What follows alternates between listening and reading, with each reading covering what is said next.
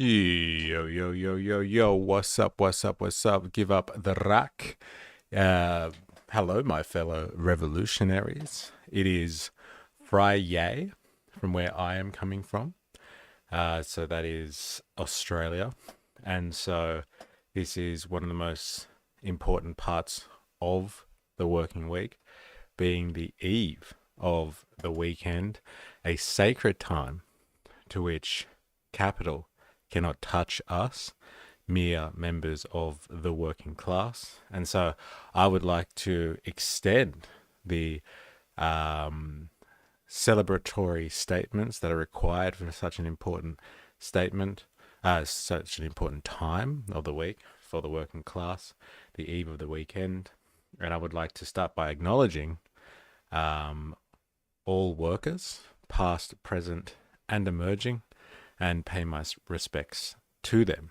Now, as part of this revolutionary journey that we're all going on together, we've been spending the last few weeks now on an investigation of techno feudalism.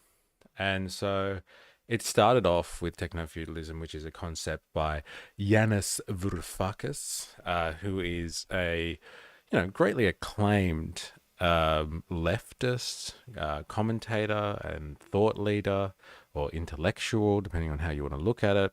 He's written, various books that are all very successful, I would say.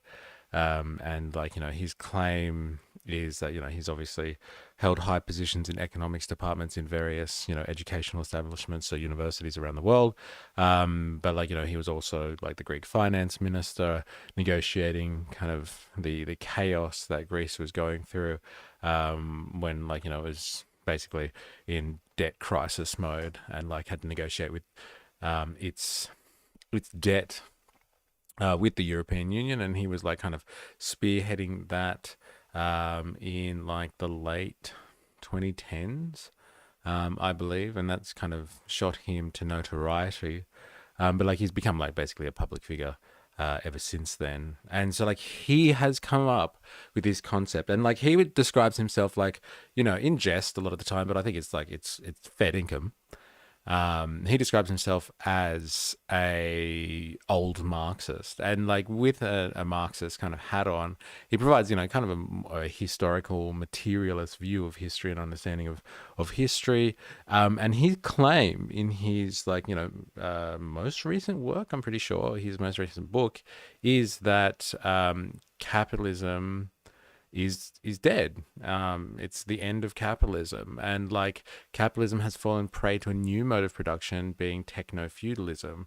So we have entered into a state of feudalism, based on the advancements that the capitalist society has given us.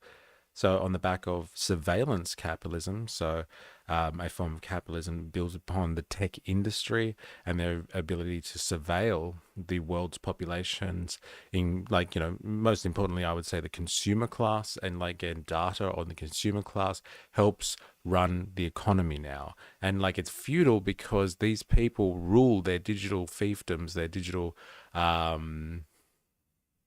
principalities, their digital kingdoms, with absolute impunity, and with absolute power, and control, over the people that are within those digital domains. And so they don't seek profit anymore in the traditional sense. They make profit, don't get me wrong, their industries and their endeavors are very profitable. But they don't seek profit like a capitalist does, who invests money, capital at one end of the process, and puts into motion labor and means of production in order to realize more money at the end, i.e. profit. They're not interested in this type of enterprise anymore. They're into basically monopolizing the entire industry and controlling the entirety of digital infrastructure to control the world economy. And profit is kind of a byproduct of that. It's not the direct purpose. The direct purpose is total information awareness, because with the power of information control in the information age, these are the people that now basically sit at the top of the social hierarchy. They are our ruling class. They are the techno feudal overlords that run society. And so, like, we have been progressively investigating this concept. And, like, I think the theoretical kind of basis for techno feudalism is the idea of surveillance capitalism, which was coined by Shoshana Zuboff, depending on how you pronounce her name, who is another intellectual of the American tradition this time. And like, she basically has gone through rather meticulously in 2019 and published a very investigative work on this idea of surveillance capitalism being like the newest and highest stage of capitalism currently, which is built around kind of this tech world, these tech giants, Silicon Valley, and like their counterparts in China, who kind of basically control the information and the data collection of like the world's populations.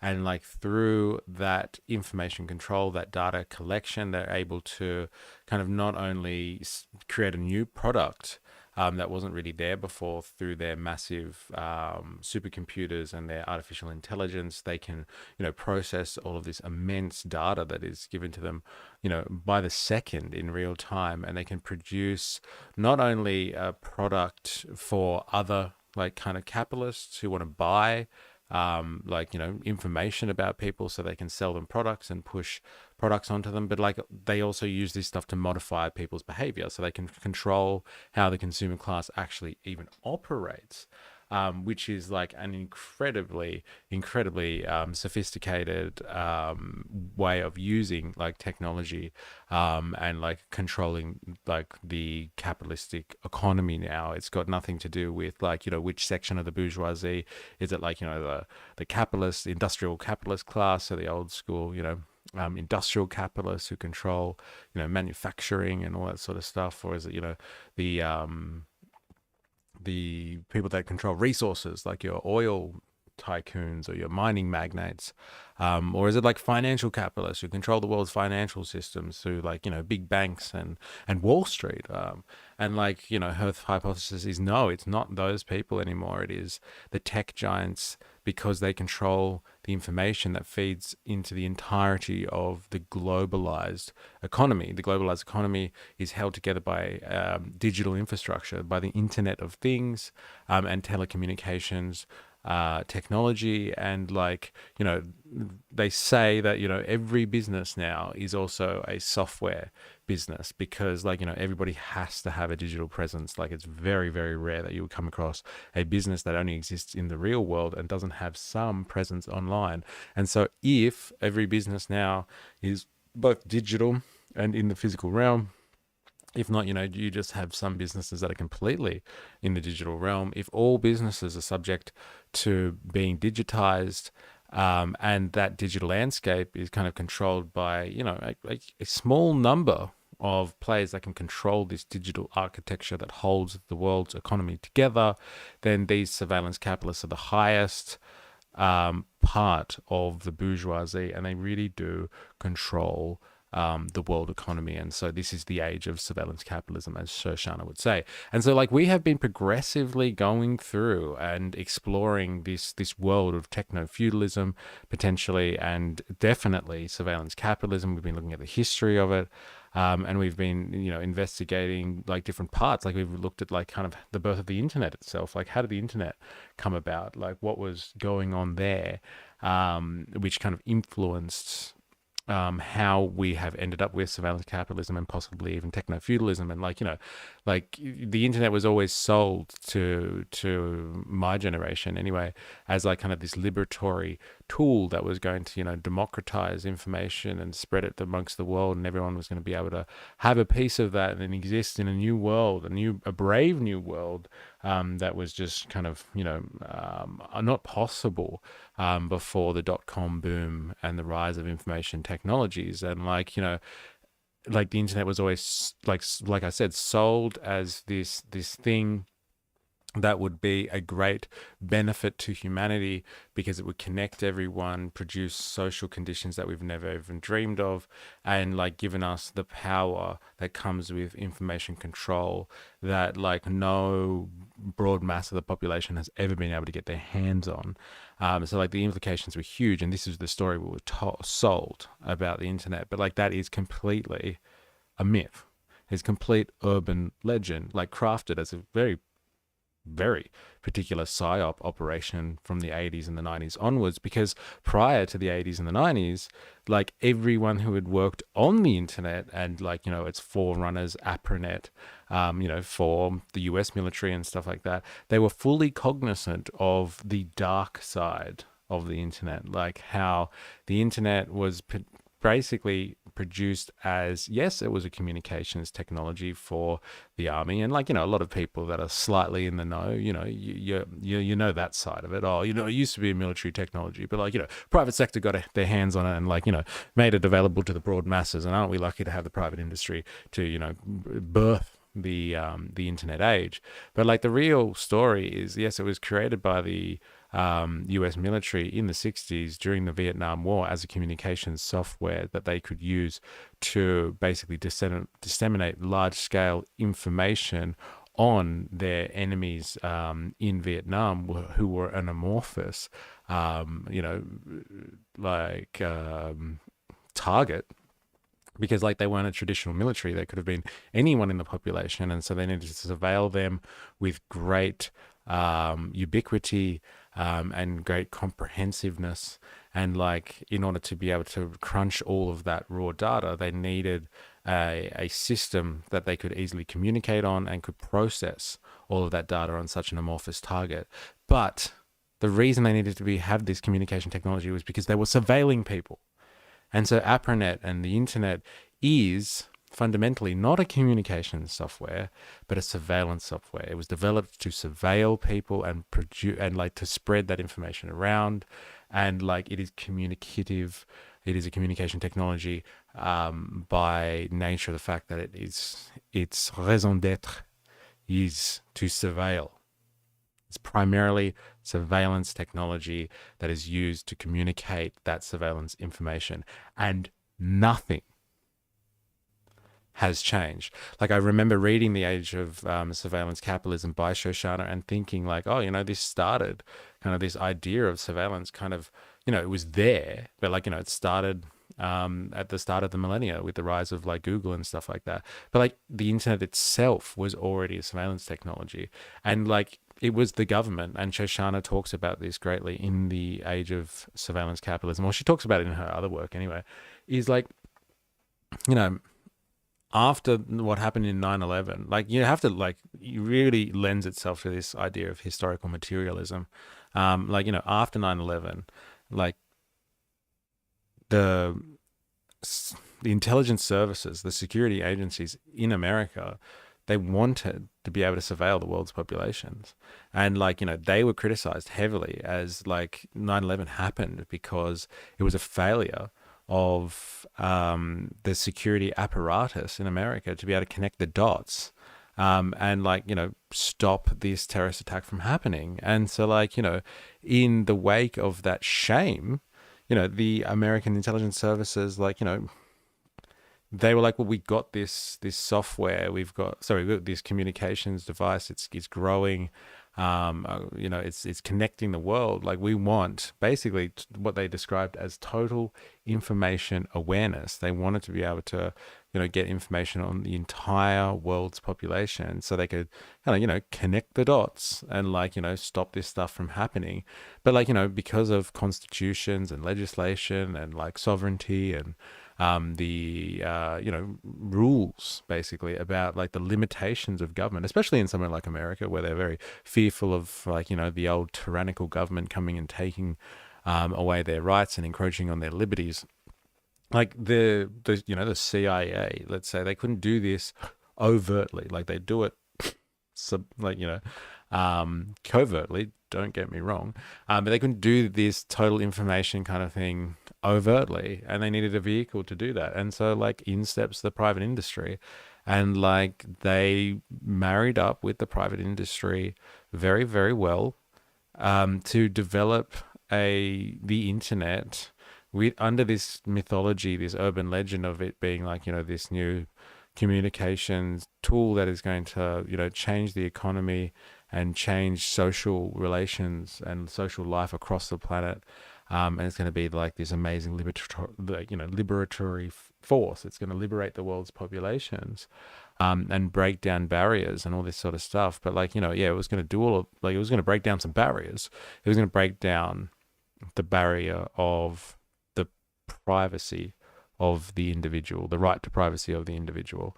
And like, so Shoshana will famously ask the question is like, when, the Googles of the world, when the Facebooks of the world decided that they wanted this information and they were going to use this information and like, weaponize it, monetize it, however you want to call it, capitalize on it, let's say, they made a claim to all of this data, this private data of the individuals on the internet, basically, and on the Internet of Things. And like they claimed rights over this data, and like no one asked, was this acceptable? Like, should they actually have the right to have all of this data?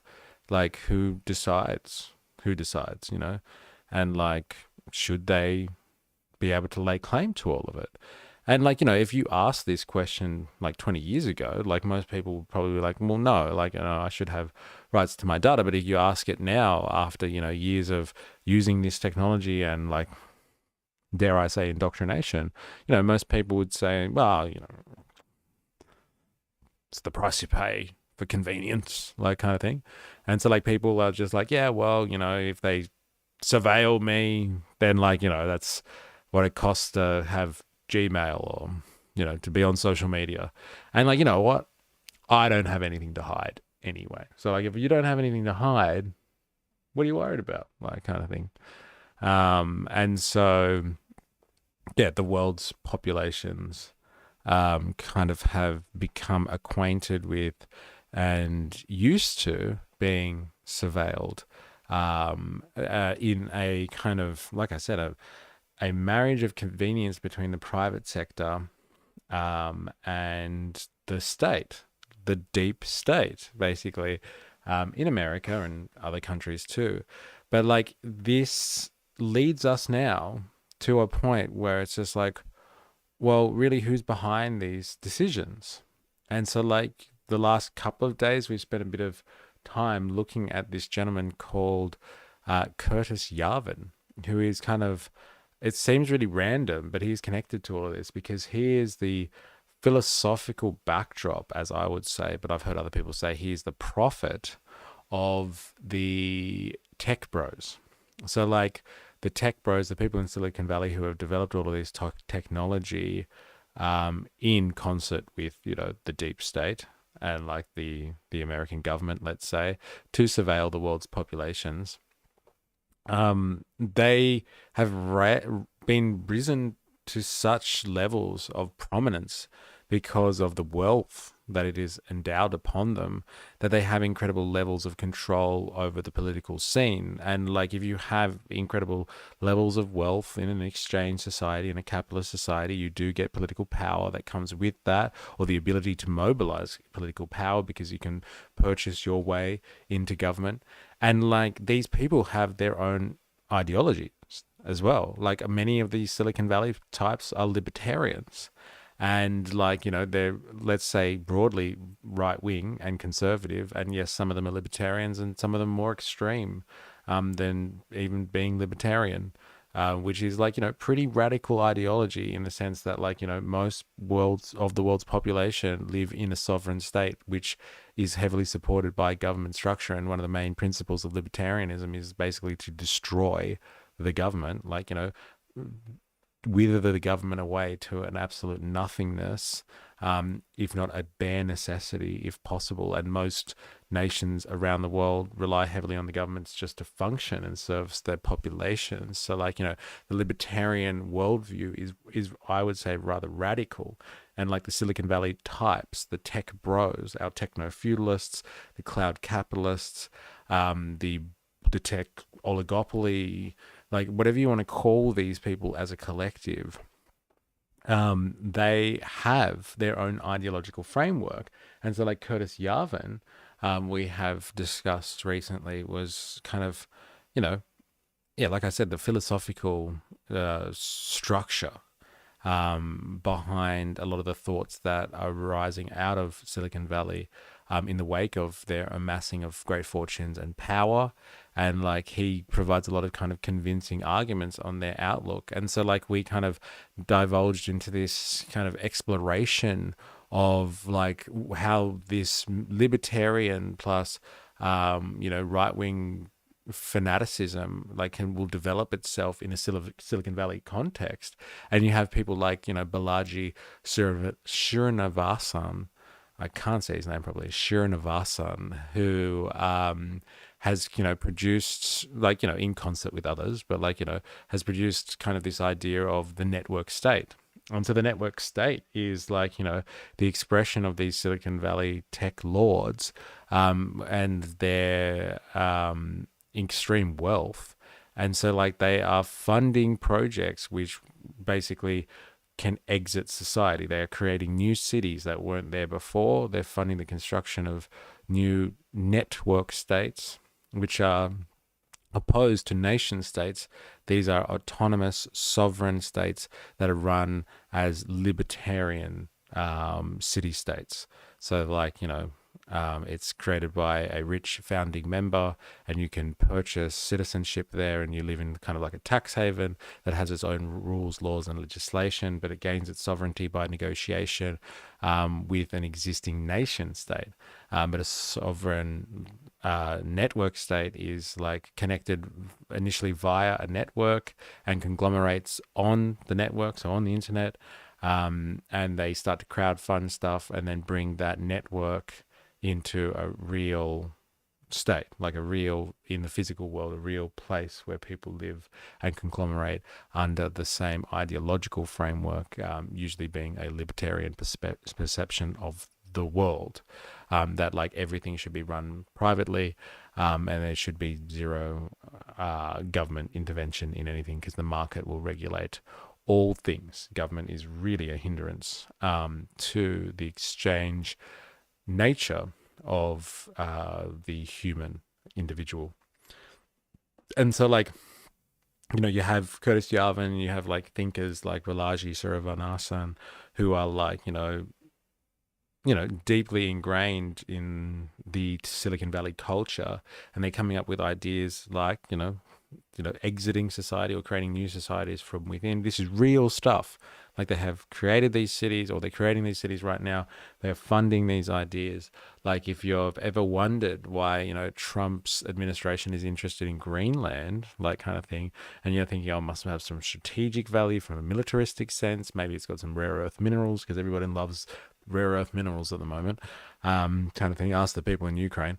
Maybe it's got something to do with that. Well, these people, these tech bros, have kind of have plans to build one of these network state cities in Greenland. So that might shed some light on it for you. And it will shed some light on how important the tech oligopoly, the techno feudalists are in politics today. Okay, so Trump's administration is not only stacked like an absolute, oligopoly in the true sense of ruled by a few, a select few of a very particular class, ruled by billionaires. Basically, his administration is all just a list of his billionaire friends and associates, but a significant portion of them, or if not the administration itself, advisors to them are people from Silicon Valley. They are tech bros. And like, Trump's inauguration said enough that he had front row at his inauguration the biggest tech bros of Silicon Valley. So the current CEO of Google, Elon Musk, obviously, Mark Zuckerberg, and Jeff Bezos. Like, this was a nod to the fact that the tech bros are now, they're not just an important sector in the economy, they are fundamental to the way that politics is not only operating, but is fashioned. Like, it reproduces itself now in the capitalist system we have under a surveillance capitalist purview. So, in saying all of that, now we're going to get down to some of the individuals themselves. We're going to like try and get an understanding of who is the tech bourgeoisie. Who are these people? Like, there's some big names in there. Like, there's some really common ones, like, household name, like Elon Musk. Like, everybody knows Elon Musk's name. Not only has he curated a very special, presence in like the public sphere over the last like decade to try and make himself like, cool and like sexy, kind of like the Tony Stark in the real world kind of thing. He's like also, basically got his hands literally on the administration and is running the government like a business kind of thing, which, in a neoliberal kind of world, like, it's not a far-fetched idea, because like ideologically, most people are indoctrinated to think along neoliberal lines, which is like business does things better than government. And so like, if you want an efficient government, then run it like a business. And like, who better to run a business than like, a billionaire, and not us any billionaire, but the richest man on the planet, like, kind of thing. And so like, Elon Musk, give him full reign, to slash and burn and destroy the government service that has been built up over a certain time to kind of support the American population. Like, doesn't do a great job, but at least it's something. And like, they're in there like basically pulling out blocks of the Jenga tower to see if it will hold and for how long it might hold for. But like, that's just one, and like, everybody knows him. But like, we're going to talk today about a gentleman by the name of Peter Thiel. And I don't actually know how to say his name properly. Like, it sounds like, if you read it phonetically, it's Thiel, but everyone says Thiel. So like, I don't actually know how to say his name properly, but like, I'm going to assume that everyone else is wrong and I'm right, and I'm going to continue saying Thiel, just because I like to read that way. But anyway, enough about me. Peter Thiel is a in the shadows, mysterious tech lord. Okay, like some tech lords, like your Elon Musks of the world, your Mark Zuckerbergs of the world, your Jeff Bezoses of the world, your Bill Gateses of the world, like, they do not mind having a public face, and they do not mind telling people how they think society should be run, and like, what's going to be coming up next for the economy, thanks to our gracious tech lords. And like, others hide in the shadows and do a lot of their work in the background, and Peter Thiel is one of those. Yo, what's up? Give up the rack. It's 4 in the house. It is Friday, and happy Friday to you, my good sir. And I just want to say, here on the eve of the weekend, one of the most sacred times on the working calendar, I hope you have an enjoyable Friday, and greatly anticipate a time of the week where capital cannot lay hands on you, good sir. So thank you for coming. I pay my respects to all workers, past, present, and emerging. And I would like to reiterate that. I did that about half an hour ago, but I would like to do the same. I'd like to pay my respects to all workers, past, present, and emerging. Ollie Atlas here, and it is roll call time. So, yeah, thank you for introducing yourselves today and doing the roll call. We are going to be looking. I've just done like a massive kind of monologue like summarizing kind of the entire breadth of our investigations over the last like few weeks, and like how we've landed now at an investigation into the people behind the surveillance capitalism, and our current geopolitical situation, and the architects of a lot of that. And like, so we're up to the point now we're going to start literally naming and shaming some of the tech bros themselves. And like, I thought, like I wanted to investigate Peter Thiel anyway, so like I wanted to look into this regardless. But like yesterday on the stream, I think it was Wings of Cheese and Jag who were like, no, let's start with Peter Thiel. So like I was going to go with an obvious, I was going to go with Musk, but we're going to look at Peter Thiel today because I think he is a little less known. He's still well known, but like I said, he's not as publicly present as your Musks and your Zuckerbergs of the world, Zuckies. And so like we're gonna start with someone who kind of runs things from the shadows, and like is kind of largely there creating a culture of techno feudalism within Silicon Valley and having that reach out. So like you basically have kind of like a takeover of the eastern sphere of influence on the American kind of continent, North American continent, where you have like kind of Washington as like the pillar of the American political scene, and then like you have the Silicon Valley types who are reaching across and like kind of taking a hold of Silicon Valley, because like most of the political action has taken place on the east coast of America. Well, all of it, like I guess you would say, really, like the center of power has always been kind of there. That's where the big industrialists were. And then that was where Wall Street is, like it's all on the eastern side. And now you have this kind of development in Silicon Valley where people have like a lot of now power and wealth and influence over not only the economy but the political structure, and now they're calling the shots. And so like Peter Thiel kind of is instrumental in like breeding their culture and their understanding, and it's on the backs of like his relationship with people like Curtis Yarvin. They spend time together. Curtis Yarvin and Peter Thiel, according to Yarvin, watched the 2016 presidential election together, and Peter Thiel was like a large contributor to Trump's campaign in 2016. It's not just now, like he was back there in 2016, and he was back there at a point where like other people kind of abandoning Trump. Trump started his run, he ran into some controversies, people ducked out. Peter Thiel came in and was just like, I'll back you, Trump. And like, he's kind of been there ever since in Trump's kind of back pocket.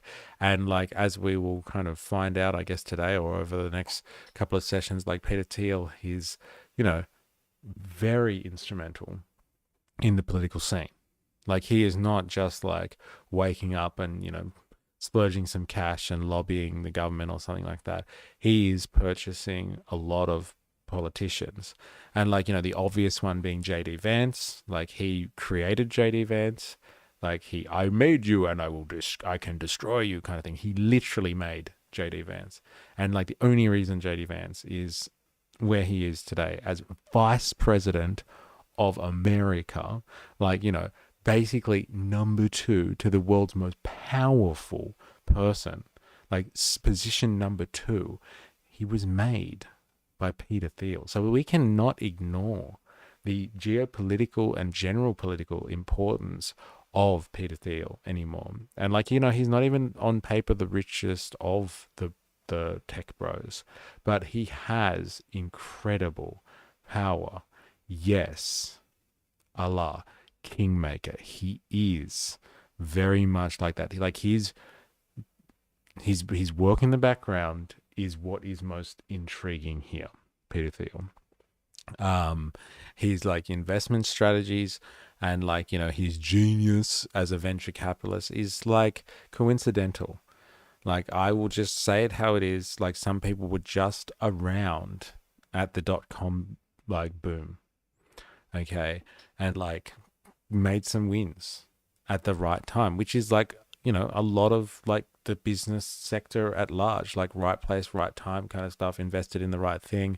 Like he had a lot of failed investments, wasted a lot of money, tried different strategies, was going to be a lawyer, started up a hedge fund, played Wall Street, like, failed, like tested, tried things out.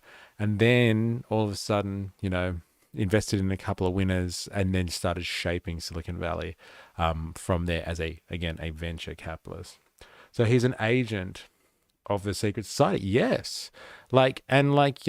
Secret in the sense that like he is quite secretive, Peter Thiel. Like a lot of the other ones, like I said, they're very public facing, but like he has tried to keep himself under wraps a lot. Like he doesn't really interview people too much. He goes out and talks and he does the usuals. Like, he'll speak at universities and he'll go on like podcasts and, like go to conferences and stuff like that.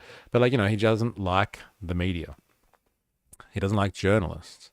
We're going to watch an interview today and like, the person that's written a biography on him, like he wouldn't write anything. He interviewed that person, like did an interview with that person, but like, wouldn't kind of do anything on the record. Like it's all off the books. And like, like emblematic of that, like in, I don't know, the late 2010s, I think, someone wrote an article about him exposing that he was homosexual, and like he took exception to that. Massively took exception to that, Peter Thiel, because like he's very private about his life. It's just very ironic, right? That like a techno feudal lord, someone who like basically preys on data and the privacy of individuals out there, is like so guarded with his own privacy. It's kind of funny because it's like, you're in the deal, you're in the business of trading with people's privacy. That's how you've made billions and billions of dollars. But like, he didn't like that. And so like, he didn't do anything, old Peter Thiel, and he doesn't like being called old either, let me say. He's one of those guys like Brian Johnson, another tech bro, who basically has like these delusions of longevity, as in like they can cure aging and death, and they believe they're going to live forever. And like he's one of those types. But anyway, he was obviously furious that this story came out about him being gay, and like he was exposed for that. Why he's upset about someone exposing that, I'm not sure. Maybe it was the manner in which they did it, and he did nothing. He did not retaliate.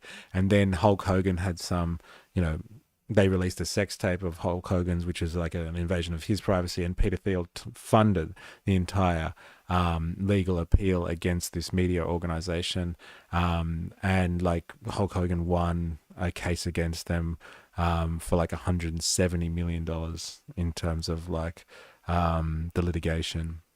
Or the result of that, they had to pay him $170 million, and that bankrupted the company. So like Peter Thiel is like always in the background watching. This is the understanding that I get from him.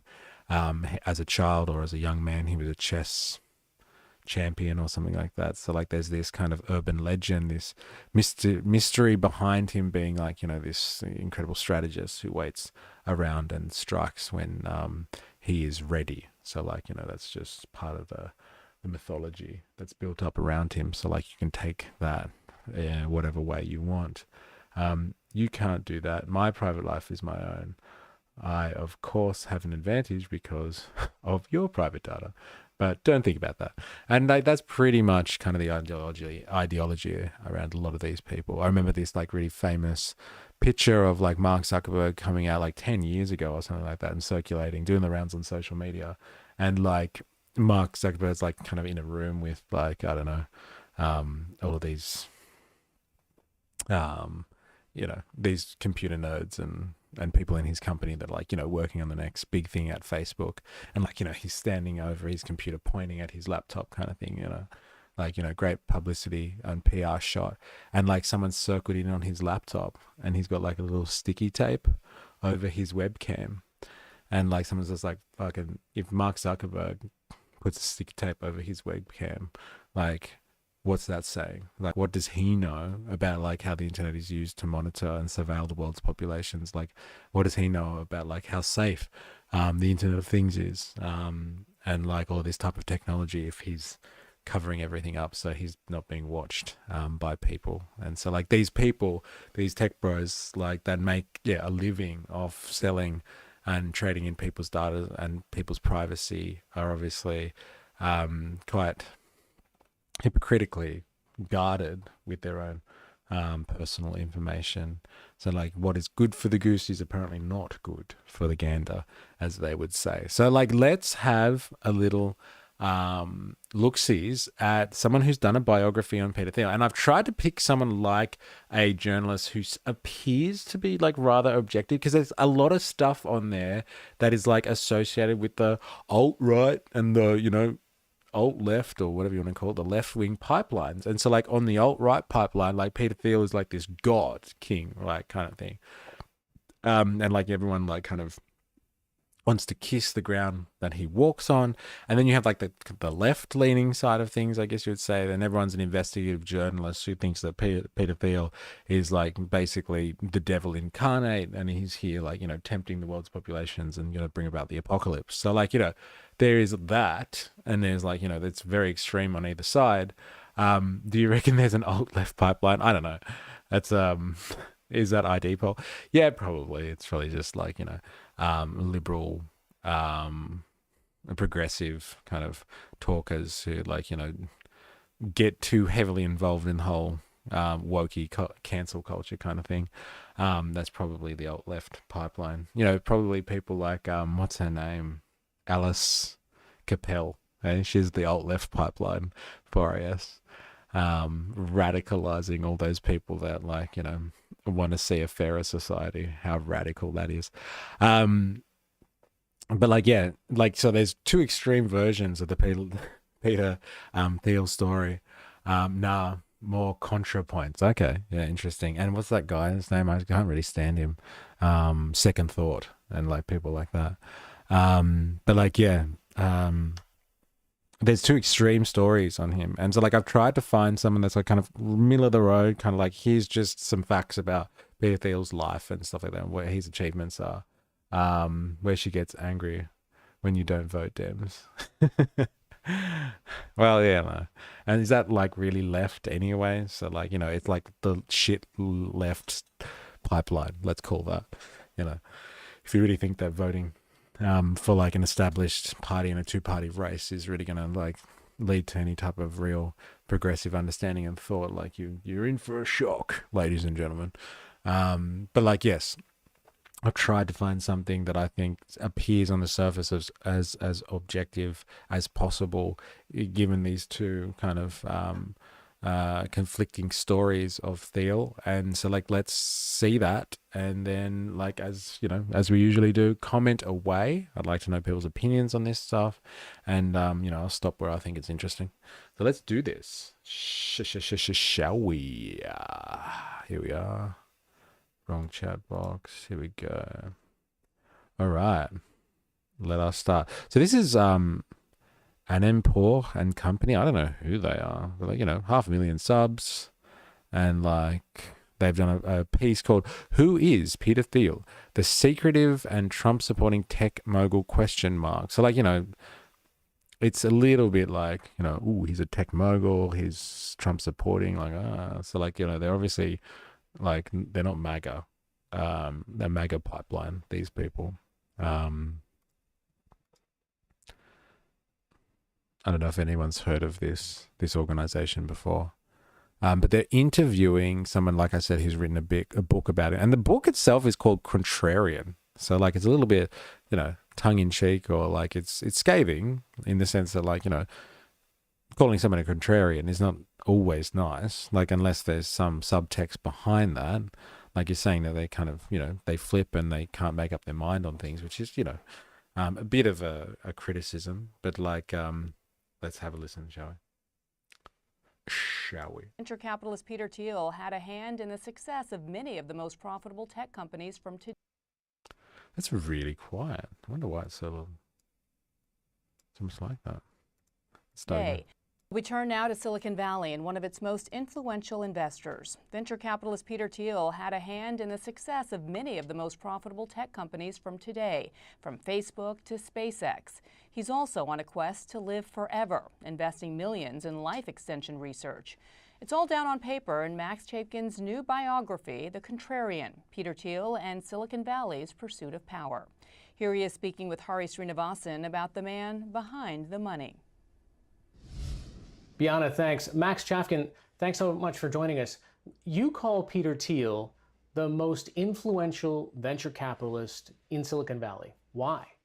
Well, Peter Thiel, it has been behind. What, the life thing, the life expectancy thing? It is, it's weird. But when you've got, if that's what you're talking about, if you've got billions of dollars, we talked about this yesterday, I couldn't imagine what I would do with $500 million.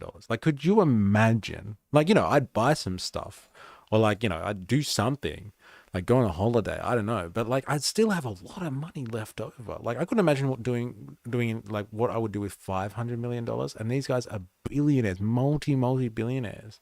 Researching life extension, obviously, he'll just share it with rich pals. And this is what these guys do. And this is not the first ruling class in the history of humanity who's been obsessed with this notion. With great power comes great absurdity. And these people literally, this is the height of narcissism. Okay, where you believe so much in your own hype. And you believe, and you start to see the world as a reflection of everything that you want and you desire, kind of thing.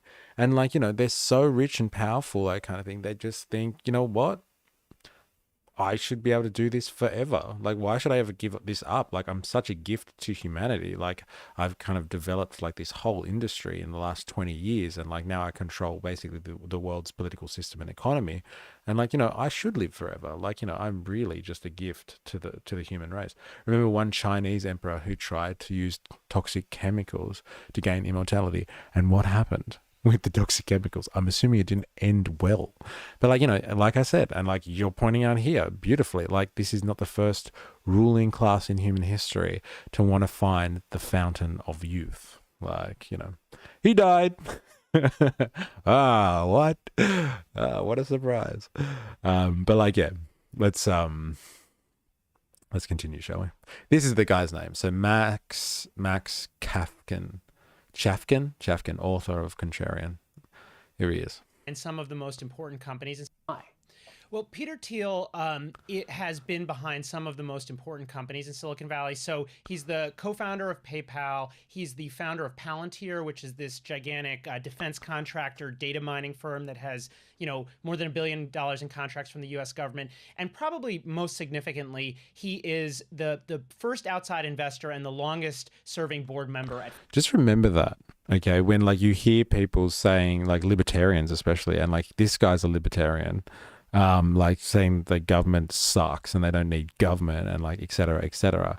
Just remember that Peter Thiel and stuff like that, billions of dollars coming in from the government. He said $1.2 billion, but I heard someone else say it's since its inception, he's got at least a couple of $1 billion from government contracts with security agencies and stuff like that through Palantir, one of his companies. That he has founded himself, and provides data analytics, data services, AI to the military, to the Pentagon, to the secret services, all that sort of stuff. These guys live sucking off the teat of big government, and they pretend to be libertarian types who want to, cut government services. And again, the narcissistic quality here is they do want to cut government services for anything that doesn't benefit them. And so if there's millions of people in the American populace that need social services to get by and not die or live horrible existences, it doesn't benefit them. They don't need social security, so cut it. It's inefficient. But give me more government contracts, please.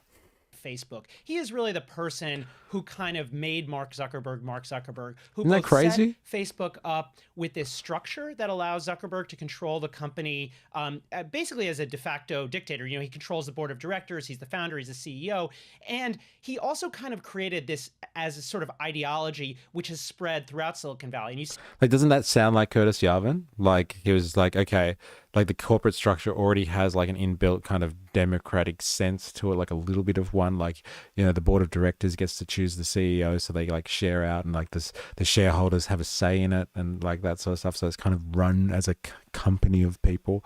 But like, he's helped set up not only Mark Zuckerberg and Facebook, but helped Mark Zuckerberg set up Facebook as a corporate entity in such a way that he can run it as like the supreme leader without the usual checks and balances of a corporate structure. So like he controls that entity for life kind of thing. Like he really controls that. And Peter Thiel is not only like, he's helping Mark Zuckerberg set that up, but like he's spreading this outlook throughout Silicon Valley that like, these are your companies, you're the founder, you control it like a monarchy kind of thing. This is the exact type of idea that Curtis Yarvin talks about. It's probably more an ancient Greece style of democracy. And if the shareholders are bribed or threatened to ensure they vote for the right one, there you go. So like, this is how the real world works, ladies and gentlemen. This is how business actually functions. The citizens, the men in the boardroom, are equals. Everyone else is plebs. Yeah, and these plebs, have to know their place, like kind of thing, and like make way for our techno feudal overlords. Like, these are the people that really run the world and, kind of deserve it too, right? They've done these amazing things. They're venture capitalists and like, they know what's best for the world and the economy and stuff like that. Like, so, don't judge them and don't question them either. They rule as supreme leaders. See this structure and also kind of the Facebook approach to growth, which Peter Thiel really helped create, having kind of been deployed across the tech industry and has led to a lot of the tech industry's, amazing success over the last few years, but also I think some of the problems. Most people in America, if they know of him, they might have caught a glimpse of him during the Republican National Convention when he was on stage and he was endorsing Donald Trump. But you point out that would be kind of an oversimplification of his politics. I mean, what is it that got him to that point? Yeah, so this is what makes Thiel so interesting, and probably, it's like why I was interested in writing about him for this book, because he's not just this tech guy, this guy who's kind of helped create Silicon Valley as it exists today, but he's had this really interesting and really long, decades-long career in conservative politics. He got attention, way back as the 1980s, starting this newspaper called the Stanford Review, which is kind of a provocative right-wing newspaper, really similar to sort of the Dartmouth Review, which was, Dinesh D'Souza's paper, Cornell Review, which Ann Coulter was involved with. And, he wrote a book about, the dangers of quote-unquote multiculturalism. Look at that. Like, this is his political ideology. This is like one of the most influential people in Silicon Valley. So like one of the architects of the ideological framework of the Silicon Valley types, right? The people that like really do control the economy and stuff like that and control the political scene. And like, this is what he was creating when like he was at university or at university level. He was writing books. And he was writing stuff like this. And look who the co-author is. Check out that name. David Sachs, another venture capitalist from Silicon Valley. Like this is his ideology. The diversity myth. Now, like, you can make arguments either way about like, diversity, DEI and all that sort of stuff. But like, when you're writing books like this, you are taking up a very serious standpoint and saying like, multiculturalism and political intolerance on campus. They're talking about like, basically, without saying it, they're talking about like the attack on basically the white race.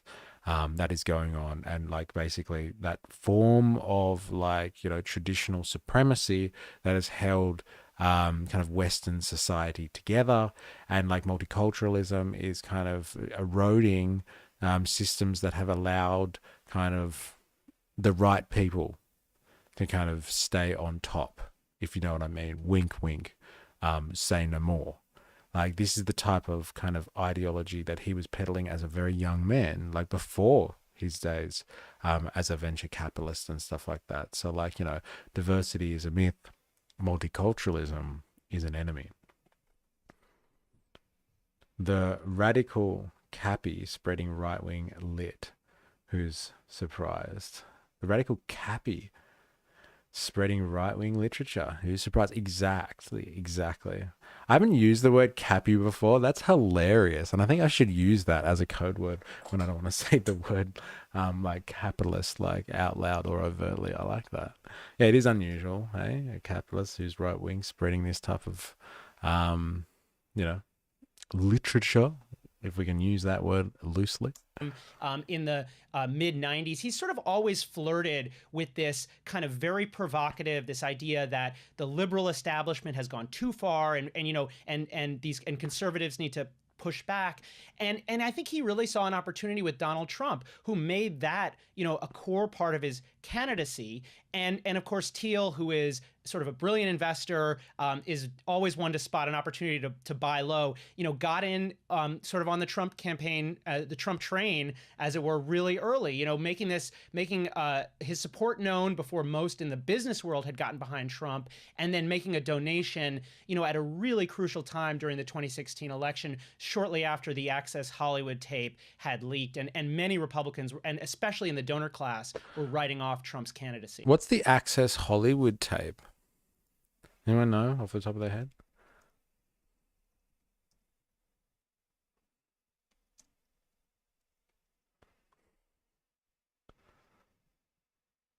And 1 month before the presidential election, published a video and article having a lewd conversation. Oh, is this the one like grab him in the pussy or something like that? Is that the one? No idea. I wonder if this is it.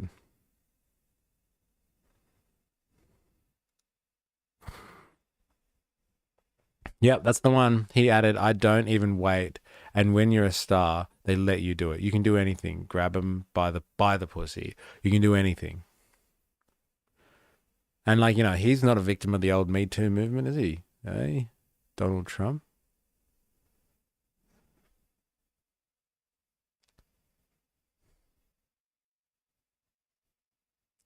Trump gave a statement in which he apologized for the video's content, but he attempted to deflect attention by saying that Bill Clinton has said far worse to me on the golf course. Sure he has. Bill Clinton, a little bit of a grub, eh? All right, let's keep going. You know, you mentioned that early on in his life, some of his, one of his colleagues or one of his co-workers had said that he was saying, you know what, the entire political system is all corrupt. And here he is playing this like a chess game, which you say he's very good at. Yeah, absolutely. And I mean, there is this... Yeah, it is a bit of a fake apology, isn't it? It's just like, yeah, I shouldn't have said it, but like other people do worse, so it's really not that bad, so go fuck yourself. I'm Trump. Strain of kind of ultra-libertarian. I mean, it's like a real bring down the system kind of ethos that you see in Thiel, and also many of the people who have come into positions of power in the tech industry. And that's kind of, again, that's I think why he's so interesting, because he's not just this singular figure. He's somebody whose ideas have proliferated in the the late 90s. You know, when Thiel started PayPal, we think of PayPal as being this you know, money transfer thing. It's a way to buy stuff on eBay, and it is that, But back then, Thiel was talking about it as the kind of culmination of this libertarian project. He talked about, you know, this would be a way to let anyone have a Swiss bank account in their pocket, that it would hurt the viability of nation states. You know, these are super radical statements, and now you've seen them cropping up actually, you know, in the world of crypto today, and they've really, you know, gone mainstream to some extent. But of course, they're also kind of in conflict with some aspects of Donald Trump and Trumpism, because Trump is, you know, he's a nationalist, and it's all about, you know, America first. So you know, Thiel is kind of a swirl of contradictions at times, but has really been, you know, had these like really radical philosophies. It tells Swiss bank accounts, as in the tax evasion strategy.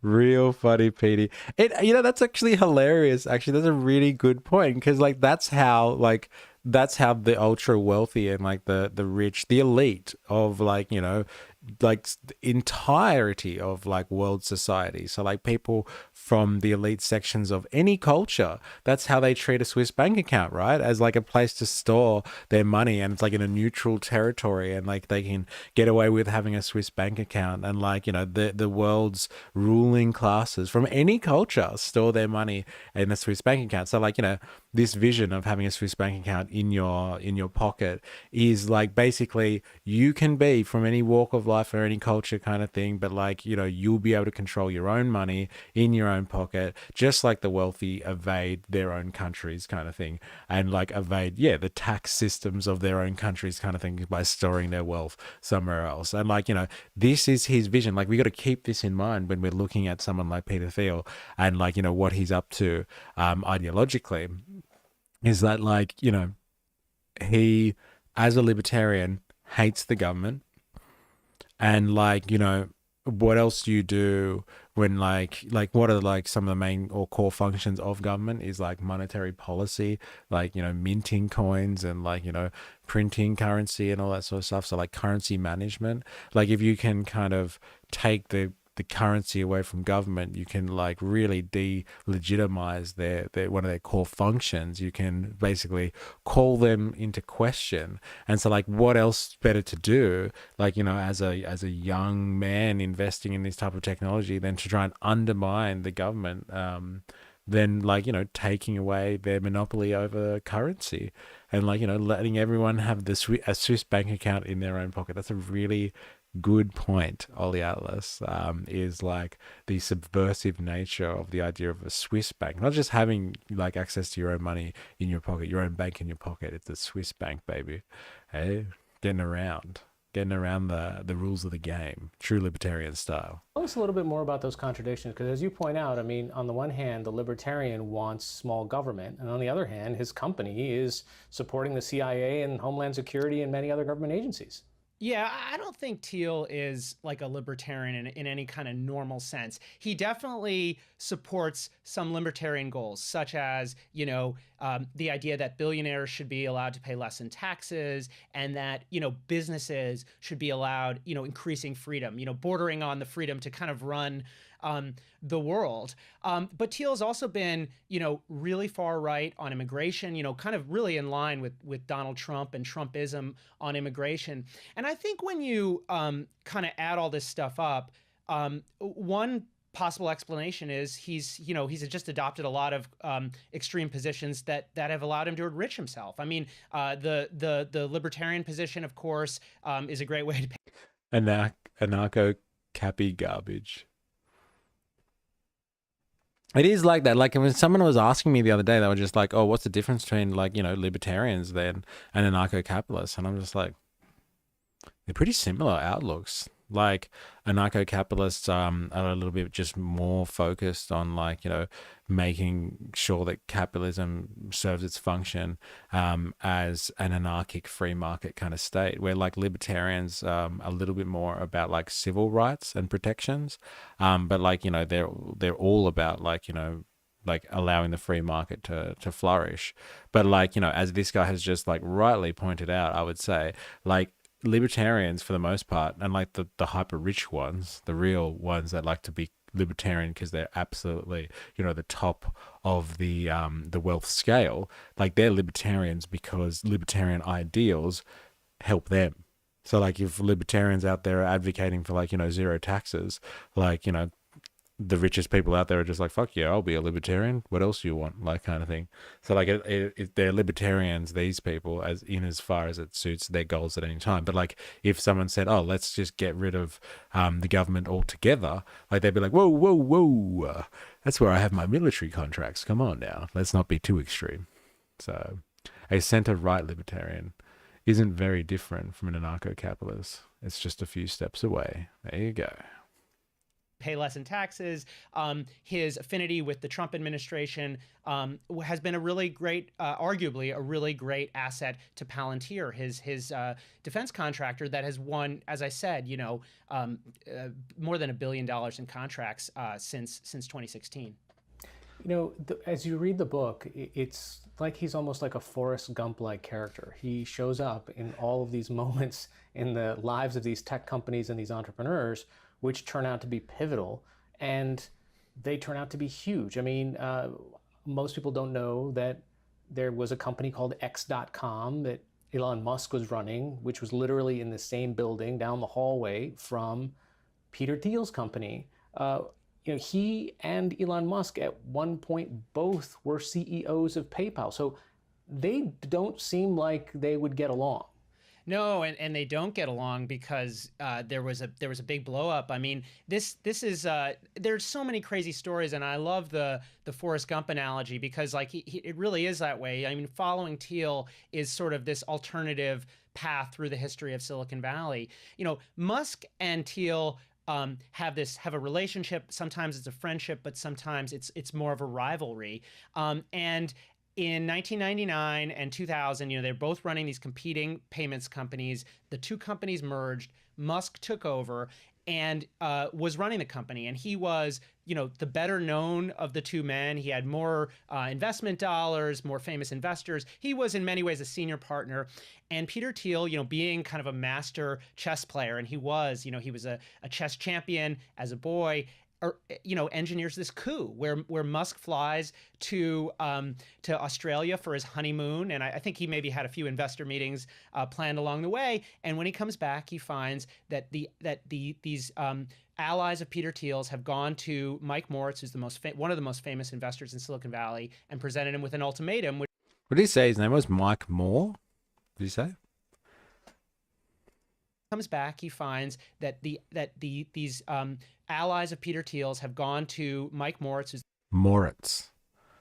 Let's have a look at this guy. Mike Moritz. It's a veritable who's who.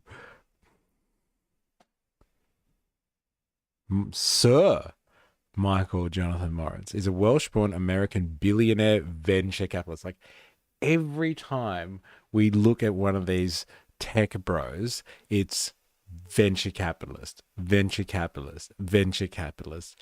Like they call themselves VCs, like kind of thing. Like they've got their own name for themselves over in Silicon Valley because like they invest in startups. Like they're just over there, like this aristocracy of Silicon Valley, and you have like all these like computer scientists and tech nerds and stuff like that trying to start the next big tech thing, and like they have to appeal to the aristocracy of venture capitalists that control Silicon Valley, and they'll decide what the next big thing is and what they're going to throw their money at.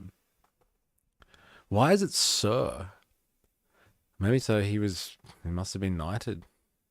He's a Welsh-born American billionaire, venture capitalist, philanthropist, author, and former journalist. He works for Sequoia Capital.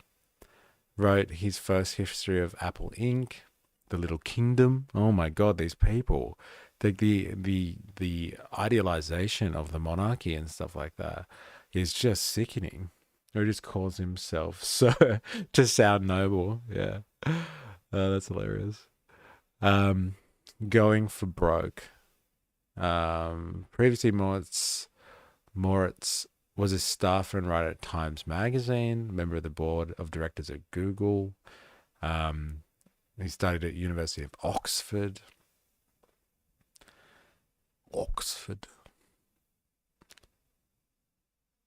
Journalist, venture capitalist. In 1986, he joined Sequoia Capital after co-authoring stuff, and then co-founded Technologic Partners, a technology newsletter and conference company. His internet company investments include Google, Yahoo, PayPal, YouTube, eToys, Zappos. He currently sits on the board of 24/7 Customers, Earth Networks, Gamefly Health, Green Dot Corporation, I don't know, Kayak, LinkedIn, Stripe, Pop Sugar. He's previously served on the boards of A123 Systems, Aratech Group, Atom Entertainment, I don't know all of these, Google, there it is, PayPal, Yahoo. Google's one of several co-investments with John Doerr, a rival venture capital firm,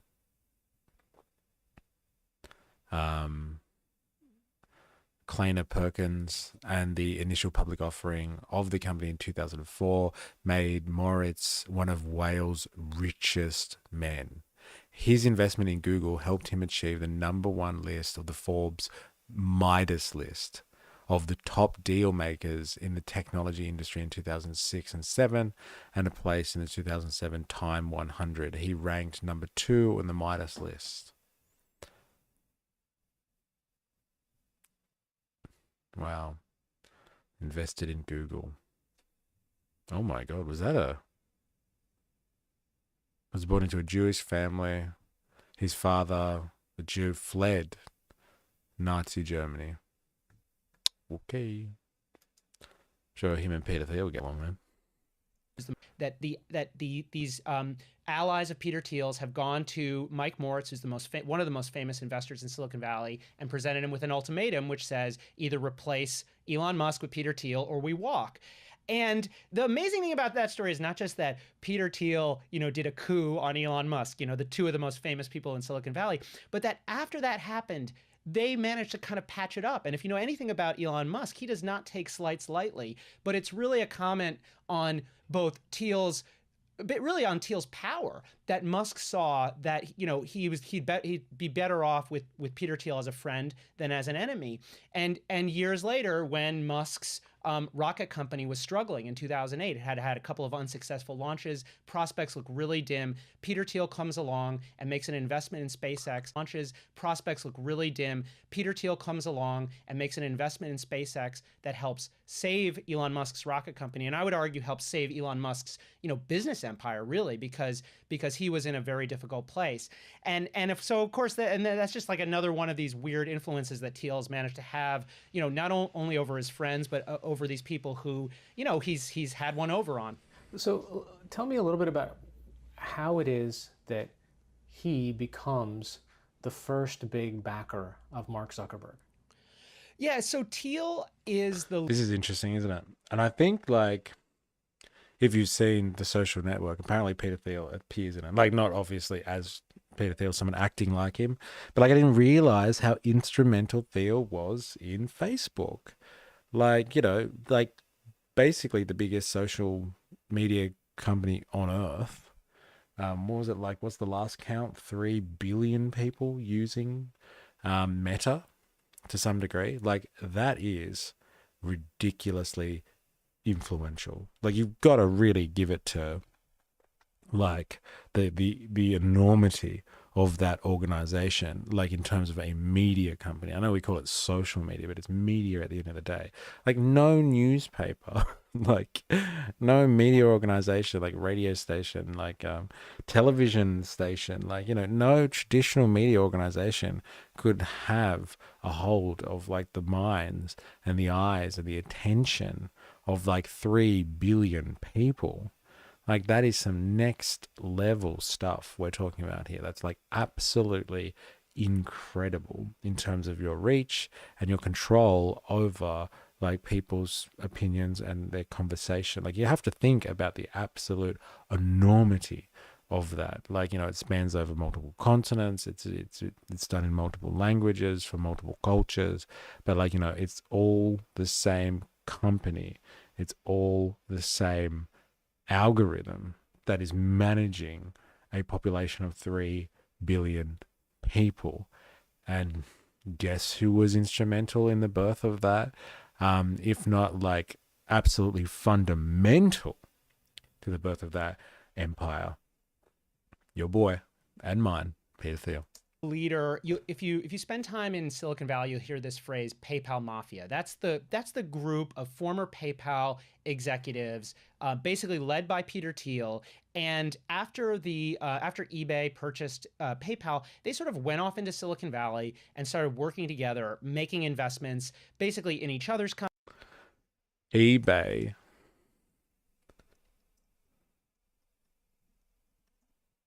purchase PayPal.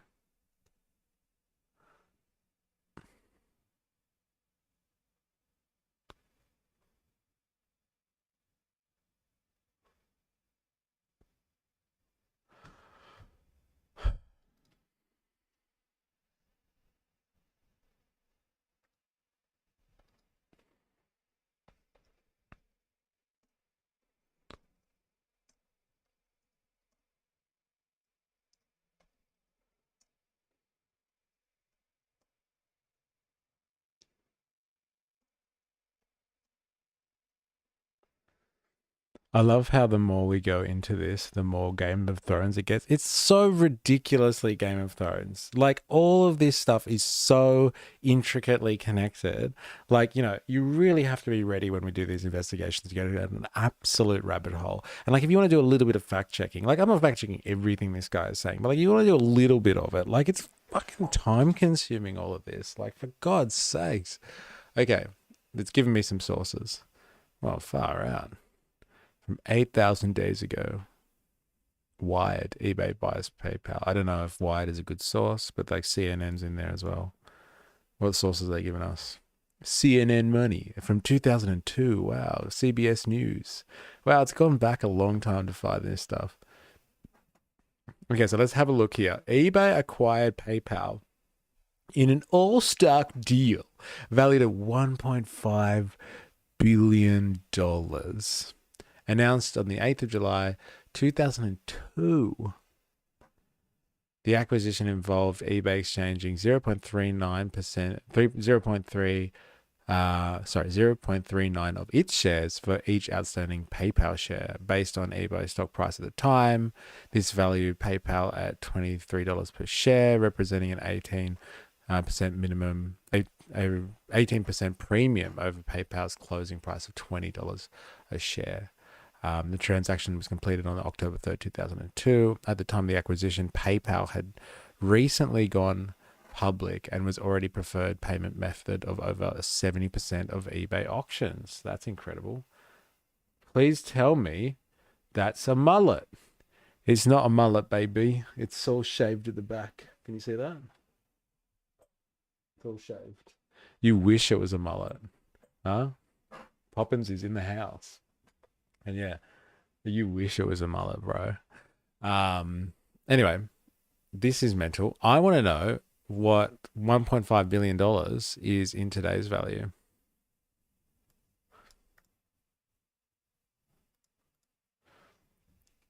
Whoa, gotta stop doing that.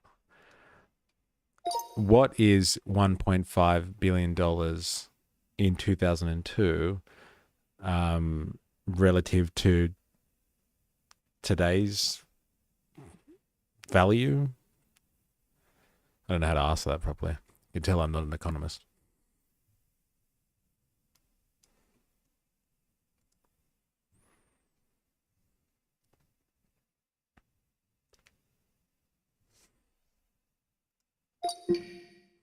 Oh, it's analyzing. It's taking a while. Is equivalent to probably $2.6 billion in 2024, adjusting for inflation based on the US economy price index. Wow, it's going to give you the analysis as well, just in case anyone's wondering. So like $2.6 billion. Like, you know, so like, you know, that's a pretty good. So the PayPal Mafia boys, you know, got a hefty $2.6 billion in today's terms. How many people made up the so-called PayPal Mafia?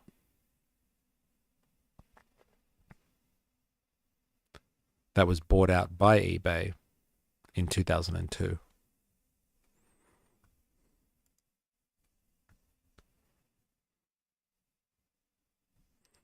Oh, Jerry's taking a guess. He's putting money on it. Oh, 22 members, depending on the source, and it's given sources here. It's given sources, so it must be right. Peter Thiel, Elon Musk, Reid Hoffman, Max Levchin, David Sachs, veritable who's who. Stephen Chen, Chad Hurley, Jord Karim, also co-founders of YouTube. Like, these people are just incestuous. They all, like, what a tight web all of these Silicon Valley people are. Jerry Stoppelman, Russell Simmers, Yelp. Yeah, Secure Capital. That's what that Mike Horwitz or whatever his name was. Moritz. Michael Moritz was part of.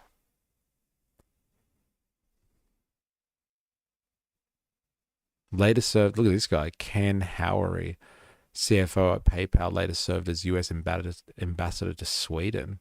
Wouldn't mind being an ambassador to Sweden. These individuals have played significant roles in shaping the tech industry, founding and investing companies such as LinkedIn, YouTube, Yelp, Palantir Technologies, Affirm, and many others. The term PayPal Mafia was popularized in 2007 Fortune magazine article that featured a group of these alumni dressed as mafia-style attire, highlighting their influential presence in Silicon Valley. So it's not a slight by the sounds of it. They don't take being called a mafia as like a pejorative thing. They actually take pride in it, I guess. Yeah, look at that picture. Come on, bro. As if you can't zoom in on that a little bit. Now, these guys are fair income. Look at that. That's so good. Look at this guy. Hey, watch out. There's Peter Thiel. They believe in the hype, ladies and gentlemen. I believe in the hype. That's legit. Unrestricted capitalist corporations aren't very different from a mafia. That's a really, really good point, actually. Like very, very mafioso, and literally looks like some mafia run dive. Well, they're going for the aesthetic, but the mafia association with like how capitalists like actually work and stuff like that. Like as monopolies, and as they get larger and they corner markets, so they form cartels. And like that's exactly like, if you look at the Mexican mafia, they're called the cartels and stuff like that. This is their tactics. They strongman each other and they kill the competition. Like look at how Russia is run. Like that is actual like political and economic mafia. Something that Trump is pretty keen on kind of replicating that style. Companies and companies of friends, and you'll see employees bouncing from one company to the next. The network is not, it's called a mafia, but it's not a violent network, but it is a network where loyalty and both in terms of business loyalty, but at times kind of ideological loyalty. A lot of these guys have kind of the same politics, really is valued. And libertarianism, the network state. There it is. There's your ideological outlook. And that loyalty also includes, of course, not talking to the press, which was made my life a little bit difficult. Zuckerberg comes to Thiel through that network, through this guy, Reid Hoffman, who was a senior executive at PayPal, who then... So Reid Hoffman, his name came up here, didn't it? Yeah, Reid Hoffman. Later founder of LinkedIn. Damn. So like the LinkedIn guy kind of like, helped the Facebook guy meet up with the Peter Thiel guy, like the kingmaker, as 4AS mentioned earlier, of Silicon Valley. That's crazy. Then founded LinkedIn, and he had this meeting with Zuckerberg, and at the time Zuckerberg really didn't look like much, right? He'd been sort of run into trouble at Harvard. He was this kind of bad boy who'd done something vaguely, not criminal, but certainly not following the rules. And Thiel is somebody who kind of loves these people, loves these provocateurs, these guys who get in trouble at elite institutions like Harvard, and sees, very quickly, not only that Zuckerberg, was onto something, but that Facebook had a lot of potential, and he helps Zuckerberg develop a strategy, which is this kind of, it's like the Roman Empire. Zuckerberg tried to grow as quickly as possible, as fast as possible, to dominate this network that is Facebook, and ultimately, of course, succeeded. 3 billion users. I think it's fair to say that Facebook is the most powerful media company in human history. What's intriguing to me is what were the effects that Peter Thiel had beyond just the investment of cash into Mark Zuckerberg? Because in a way, you see some similarities in them, how they think of the world, where they think of their product, what they think is the acceptable and not acceptable reach of government. Yeah, absolutely. Yeah, that's why Thiel matters, because it's not just a money man, because if it was just a question of money, he isn't that rich. He has maybe $10 billion, maybe a little bit less. I'm saying rich compared to, the Jeff Bezos or something, or Zuckerberg. But he did create this business philosophy, and the philosophy is basically, the philosophy of disruption. It's the idea that companies should grow as big as possible, as quickly as possible. Thiel talks about monopoly not as something to be avoided, which is kind of how most capitalists think about it, but as the end point of business. The thing. Sorry, not most capitalists don't think like that. Most capitalists definitely love a monopoly, but like the ideology that supports the capitalist system like produces this mythology that like competition is important and monopoly is bad because it stifles healthy competition. But like, if you know enough about this type of stuff, you can easily say that like they don't care about competition at all, and like they really care about monopoly. But like the mythology that is sold to the general public is like capitalism is the best because of competition, etc., etc. So they need that that tune that indoctrinates the world's populations into thinking that capitalism is amazing because competition is what breeds success. And like, in like a system where you think that there's healthy competition, like anyone can get in on that game. Like if it's really about competition, like the best will rise to the top, meritocracy, etc., all the usual buzzwords that they use. And so like you need to make sure that people think that competition is important, but like capitalists don't actually believe in competition. Like he's wrong there. But like Peter Thiel is just explicitly saying that like this is a fantasy, the idea of competition. We don't need competition. Like competition is wrong. And like if you're going to teach your understudy, we're going to teach the next generation of venture capitalists, like you're honest with them and tell them competition is bullshit. It's never been a real thing. That's not how the world really runs. We run off setting up monopolies kind of thing. Let's be honest. Well, he doesn't look like a punk. Yeah, I know, right? Zuckies. Yeah. Well, he's a punk in like, the Ivy League sense. Like it doesn't take much to look like a punk in that respect, I'm guessing. In response to them calling him a bad boy. Yeah, I know, right? Like, that's what looks like a punk to the most prestigious universities in America, apparently. That lizard man. I don't know, ask capitalist apologists in your shorts. Well, that's what I'm saying. Like, it's just part of the mythology that like competition like exists, let alone is actually a guiding force. I'll tell you a really interesting fact, actually, or not fact, but like a quote or an idea that came out of me reading the Grundrisse 4AS was Marx says about competition when he's like kind of analyzing like capitalism in like the industrial capitalist sense, like after it evolves out of kind of its more primitive functions, like in like kind of bourgeois society, when you've got like like the changeover from like the guild system into like basic manufacture before it gets into industrialization. Then he starts analyzing how the industrial capitalists work, and like he says that competition doesn't write the laws of capitalism. So it is not one of the laws of capitalism, competition.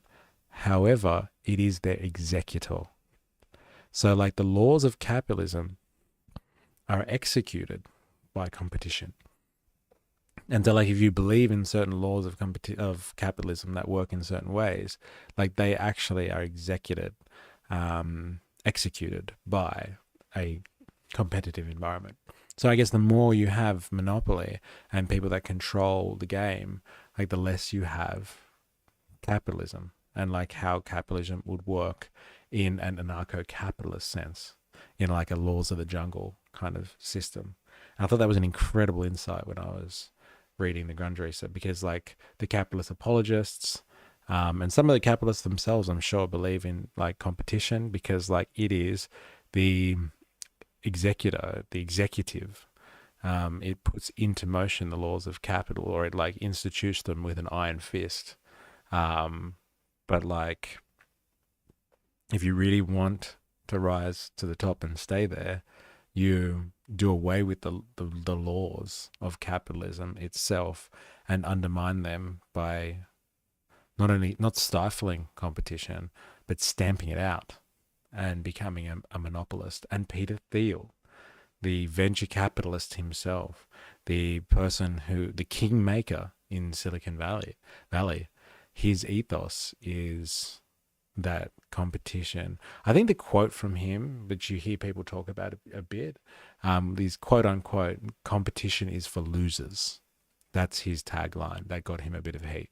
That all entrepreneurs should strive for, which is a really radical, kind of far out there suggestion. And he also talks, at some length about the importance of bending the rules, of breaking norms. And it's not just that the norms, it's not just that breaking the rules is something that happens incidentally, where you accidentally run afoul of the law. It's almost that doing so is a good thing, and that it creates some virtue. And I think that is something that we've definitely seen kind of play out over and over again, not just with Facebook, but with many of these big companies. And there's also a lot of movement right now to try and regulate big tech. And interestingly, Peter Thiel is putting money behind some of the very candidates that could threaten, for example, well, him sitting on the board of Facebook, right? Which would be a big tech company that would be squarely in the radars of Congress if this kind of thing passed.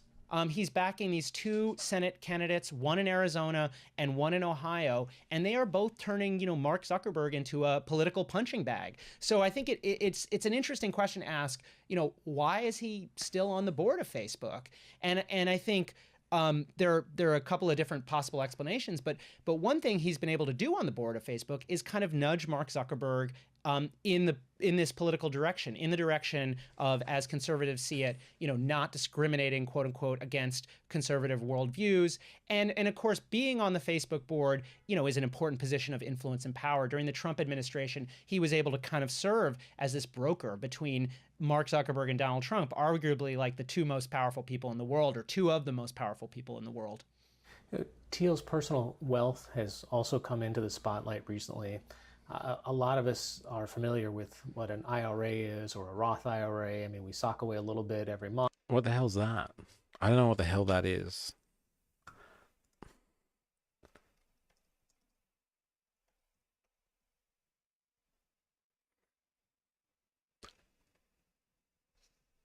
A Roth IRA, individual retirement account, is a type of retirement savings account in the United States that offers tax-free growth and tax-free withdrawals in retirement, as long as certain conditions are met. Here's how and why it's popular. If you fund a Roth IRA, an individual retirement account, with after-tax dollars, meaning you've already paid income tax on the money you contribute. Okay, interesting. So you put money that you've already paid tax on into one of these accounts, you make a contribution. Investments in the accounts grow tax-free. You don't owe tax on dividends, interest, or capital gains. 2, tax-free growth. Investments in the account grow tax-free.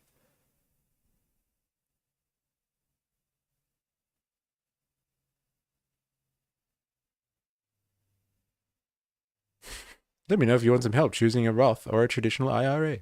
Yeah, thank you. No required minimum distributions. For any of you Americans listening to this, like if you're looking for your retirement fund, here you go. We all know X. Nope, never heard of that before. Well, like, listen to this. For any accountants in the room, fucking how's this for an idea? Eh? Contribution limits. Okay, so they've just put contributions limit up to 7,000 per year, or 8,000 if you're subject to income limits. Interesting. Month if we can, and his account has billions of dollars in it, and all of the profits that it's making will be tax-free. How did we get to that? Yeah, so that is a quirk of the Roth IRA, which is this kind of really not a pretty much little noticed investment kind of investment account that was created in the 90s. You used post-tax dollars, and any gains are tax-free. And as originally created, the Roth was for kind of middle class and lower middle class taxpayers. This was not supposed to have like a huge impact on, on the IRS's ability to collect tax receipts, especially not tax receipts from billionaires. But Thiel, very savvy operator, an incredible, it's just like a brilliant chess player, sort of figured out that there's this quirk, which is that startup founders can get shares at a very low price, low enough so that he was able to acquire a significant chunk of PayPal inside of his Roth IRA while still not violating the rules around contribution limits, because the contribution limits at the time were just $2,000 a year. Isn't that incredible? What a genius. Okay, so like what he's done, Peter Thiel, this is very clever, is that like if you are a part of a startup, you get shares at like, fire sale prices, like kind of thing, like next to nothing, you can get your shares in a company. And so like, if you are a venture capitalist, I guess, or you're investing in something, and you think that company's going to do well, or you don't, who gives a shit? You get like a significant portion of your shares, if not all of them, that you have access to. And as long as they don't amount in their cost, because they're so cheap anyway, because like, as a founding member, they cost less for you to buy into. You just stack those into one of these Roth IRA accounts, these individual retirement accounts. And like the shares are still worth a lot of money once they hit their actual market value. But when you bought them, they were obviously really cheap, because you buy them for much less than any type of market value, because you're part of a startup, you're a founder. And so like he's just jam-packed his IRA account, his Roth IRA account, with like anything that he's invested in. And like some of these things are obviously like massively profitable now, like ridiculously profitable. So he's got billions and billions of dollars in his Roth IRA account. And like none of it's going to be taxed. None of it's going to be taxed. And the rich get richer. Oh yeah. I wonder if I can find that one.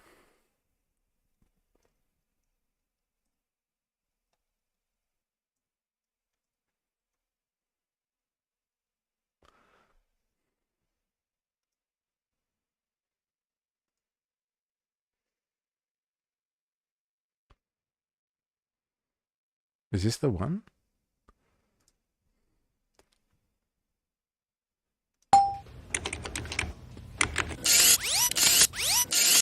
We don't seem to have your retina scan, your fingerprint, or your colonic map on file. Yeah, well, I did open the account over 1,000 years ago. What about my ATM card? Do you still remember your PIN number? Nah, it's not. Damn. That sucks. I love a good Bender quote. Too bad. And that money, grew enormously. And he eventually used some of those gains to buy shares in Palantir, founding shares in Palantir, and to buy shares in Facebook, and probably to buy shares in other companies. And so he now has this enormous nest egg, at least $5 billion as of 2019. It's probably quite a bit bigger now. And according to the tax rules as they're written, and if the interpretations of the way that Thiel did this, don't change, he's never going to pay taxes on that. And that, I think, is, it's depending on your point of view. Again, it's an outrage. It's a case of kind of oligarchic behavior, or from Peter Thiel's fans, though, of course, who think, number one, that the system is broken, number two, that billionaires should be allowed more leeway. It's something to be applauded. It's like he got one over on the tax man, and we've seen Man's this a goddamn structure has been genius. copied by lots of other people. So people are talking about reforming it, and there are bills in Congress that could affect Thiel's tax liability. There are also shifts again in how they interpret these rules that could potentially impact Thiel. But it's not just Thiel who would be affected. It'd be like a whole bunch of very, very angry Silicon Valley billionaires. So it would be a formidable fight if it happens. It's evident from reading the book that you spent a lot of time reading his articles from the Stanford Review, lectures that he's given, and so forth. And he's a pretty famously private person. And I wonder what sort of cooperation or lack thereof there was in sitting down with him for the book. Yeah. So I approached this project, journalistically, meaning I tried to talk to anyone who had worked at his companies, who knew him well, his friends, his former classmates, and of course Peter Thiel himself. And I approached, his PR people early on in the process. Give me the clip notes. Welcome, Wings of Cheese. Happy Friday to you, sir. Yeah, happy start of or eve of the weekend.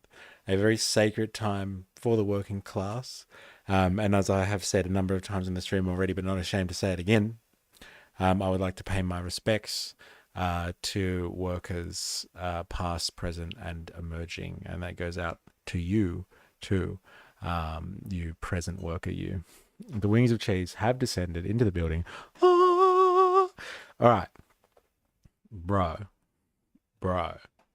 Peter Thiel. Okay, so Peter Thiel is a self-described venture capitalist. So basically meaning he's become incredibly wealthy since the dot-com boom. And as a member of Silicon Valley, he sits in a Silicon Valley aristocracy, a group of people that are billionaires and have cut their teeth in the 90s and the early 2000s, investing in startups that would very randomly become the next big thing. And so he has systematically, through various investments, risen in and formulated that aristocracy in Silicon Valley. And so, like, in order to be a startup and to be the next big thing, you must go into the halls of the Silicon Valley Techno Feudal Consortium, the cartel, and like pitch your ideas to people like Peter Thiel. So he is a venture capitalist in that sense. In another sense, he is also kind of one of the kingmakers, I guess you would say, as a result of that in Silicon Valley. He saved Elon Musk, so the story goes, from almost imminent destruction when SpaceX was failing in 2008. But he has a long history with Elon Musk. They co-founded PayPal together, along with some others, although they have a sordid history because Peter Thiel once led a coup against Elon Musk and kicked him out as being CEO of PayPal. He was also instrumental in the formulation of Facebook. So he was introduced to Mark Zuckerberg by another gentleman by the name of Reid Hoffman, who was the founder of LinkedIn, but also a co-founder in PayPal, or one of the people that were part of the PayPal Mafia. So the PayPal Mafia was a group of people that invested and created PayPal, which was bought out by eBay in 2002. And eBay bought it out then for $1.2 billion. And that's $2.6 billion or something like that in today's money. So they bought it out for quite a lot. And these people kind of lived off the earnings of the sale of PayPal to eBay to basically start as venture capitalists and go off and invest in some of the biggest things that we have today. They invested from there in Google, they invested in YouTube, they invested in LinkedIn, as I said, in Facebook, in he's involved in Palantir now, Peter Thiel, and Palantir is a massive data processing organization and artificial intelligence organization that wins a lot of government contracts and works with the military. So he's basically one of the part of the aristocracy of Silicon Valley. Now from there, his power has kind of translated into the political realm. So he's I would guess you would say a libertarian, but I think libertarian is a bit off because he's a libertarian when that suits his own private interests. So he's a libertarian if libertarians want to, give tax cuts to the ultra rich. but like he wouldn't be a libertarian in the sense of like destroying the entirety of the government and the deep state, because like he gets all of his stuff linked, he gets all of his like, oh, a lot of his money anyway, through government contracts and stuff like that. I think Julian Assange linked something about Palantir. Well, Palantir is like, yeah, it's Peter Thiel's baby, and like, you know, he's deeply involved with like the intelligence services and the Pentagon when it comes to Palantir and offering those services to the government. Oh, Julian Assange leaked something about Palantir. Yeah, well, you know, Palantir, like I said, it's the private sector here in Silicon Valley is like basically inextricably linked to like CIA and the deep state. The stuff that like, you know, Trump and the MAGA types are rallying against, it's really ironic because the people that like are funding the MAGA types are like the people that benefit the most from the deep state. It's actually quite hypocritical, but like really funny if you think about the contradictions in being like a MAGA believer, is that like everything that you think you understand about the world is wrong. These people don't care about you at all. You're just being used as an ideological chess piece in their grand schemes. And like that goes to what I'm saying, like Peter Thiel is like incredibly influential in politics. He created JD Vance. JD Vance was a nothing before JD Vance came along and took him under his wing. There's been multiple politicians that he has basically funded their campaigns in Ohio and Arizona and like all across America, who kind of allied with his political agenda.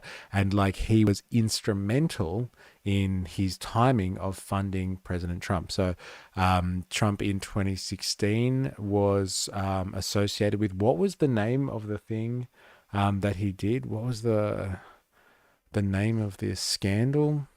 The Access something scandal? Damn, I can't remember what it was. What did we just type in before? Trump Access Hollywood tape. So like in the 2016 election with the Trump Access tape was like that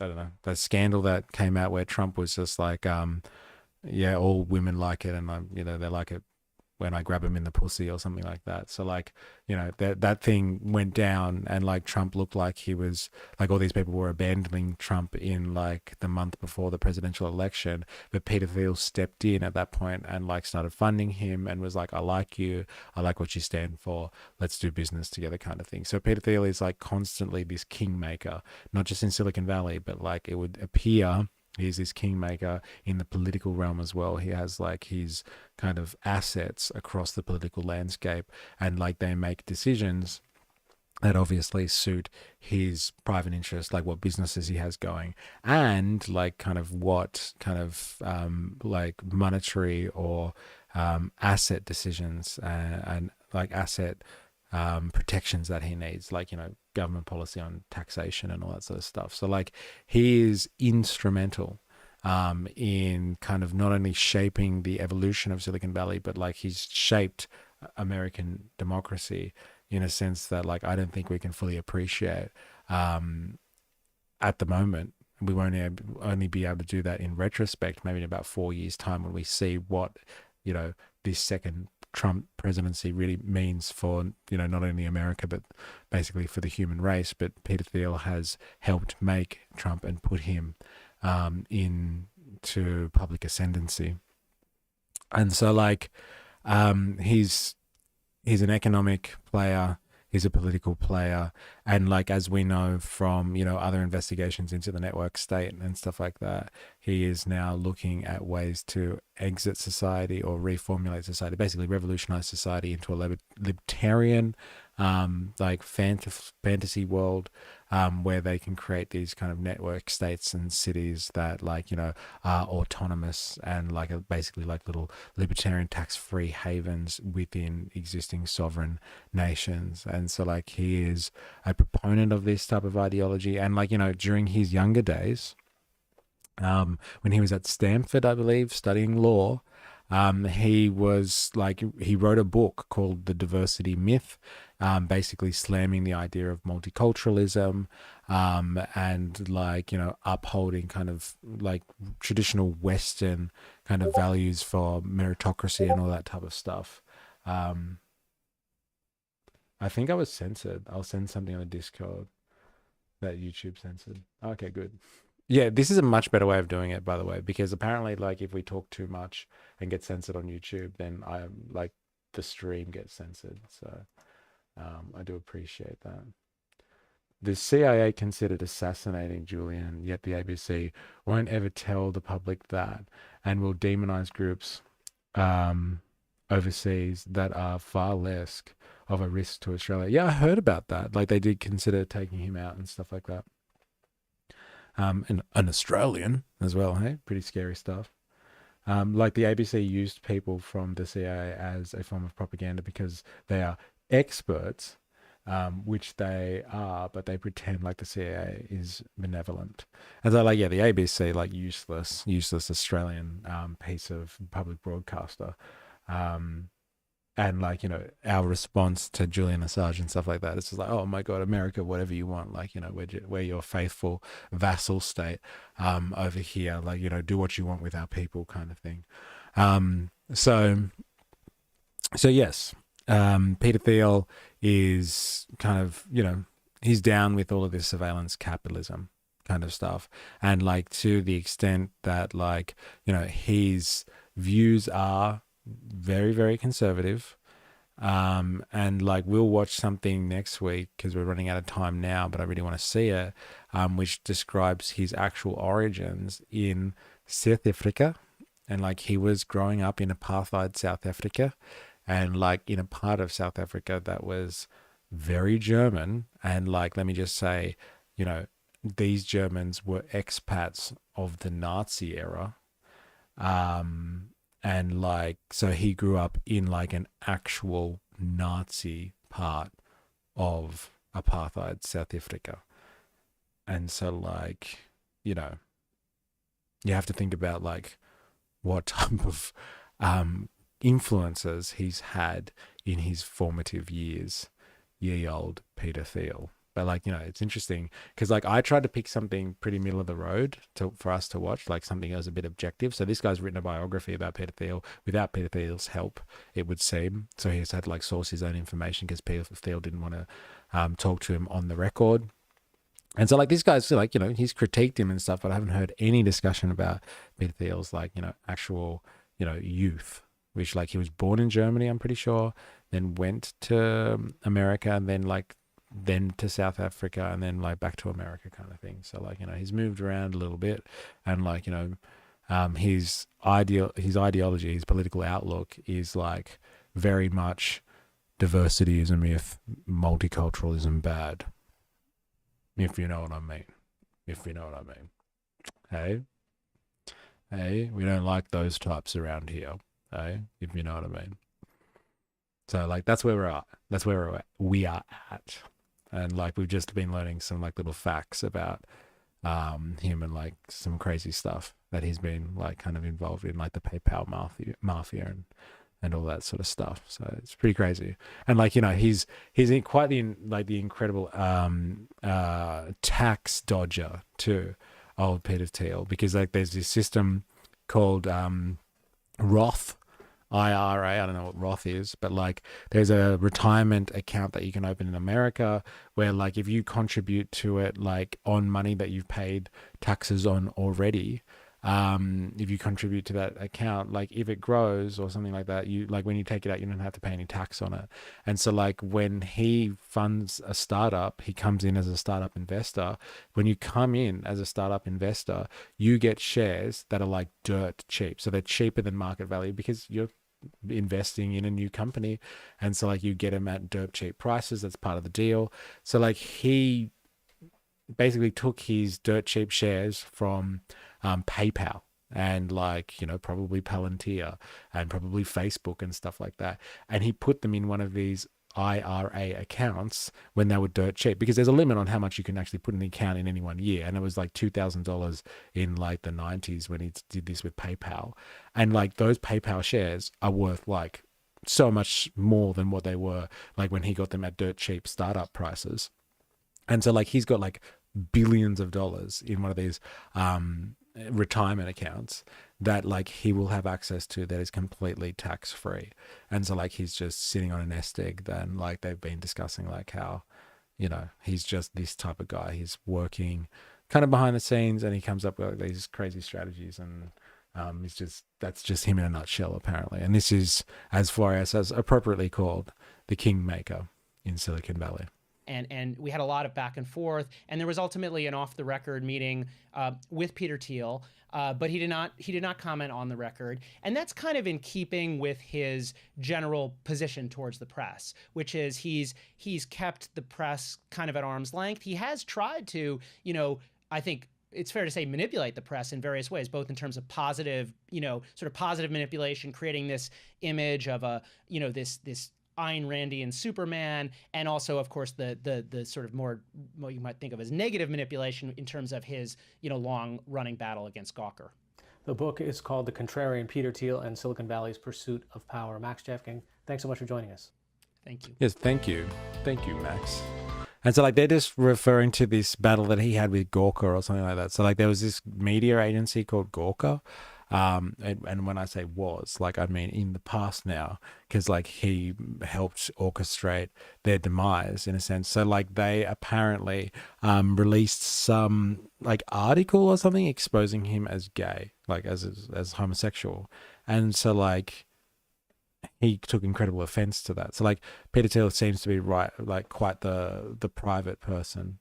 And so like he took incredible offense to this article being dropped about him being gay, which like I don't know why is so offensive, but maybe if you are potentially a neo-Nazi or something like that, that's a problem for you, depending on the circles you run it. I don't know, I'm just speculating. But like, yeah, he took incredible offense to that. But like, this is the type of guy that he is, okay? He didn't seek revenge on them. Man, he'd fit right in the Catholic Church. Well, it's pretty like Catholic churchy the way that Silicon Valley is running at the moment, to be honest. Like the way it's like a center of power and it's establishing an empire across the world through its like social network or social networks and stuff like that. And like everyone pays homage. Even the most powerful nation states out there and the most powerful corporations, they all need to run on the digital infrastructure that's provided by Silicon Valley. So it is the church analogy is fucking fantastic. Wings of cheese, might I add. You're onto something there. But like, you know, this media outlet called Gawker, Gotta Kiss the Ring, like exposed him as being gay, and so like he just sat. He didn't retaliate, didn't do anything. And then Hulk Hogan, of all people, the wrestler, they released a sex tape, apparently, of his. And, like, he sued them, Hulk Hogan, for, like, you know, releasing this information. And so Peter Thiel jumped on that, like a rash, was all over it like a rash. And that's how he took his revenge. He funded the legal proceedings on behalf of Hulk Hogan, and Hulk Hogan ended up winning something like winning the lawsuit, and the payout for this Gawker media organization was $170 million, and that made them go bust. And Peter Thiel enacted his revenge in this like kind of long-ranged, like you know, extended way. So this is the type of guy he is, kind of thing.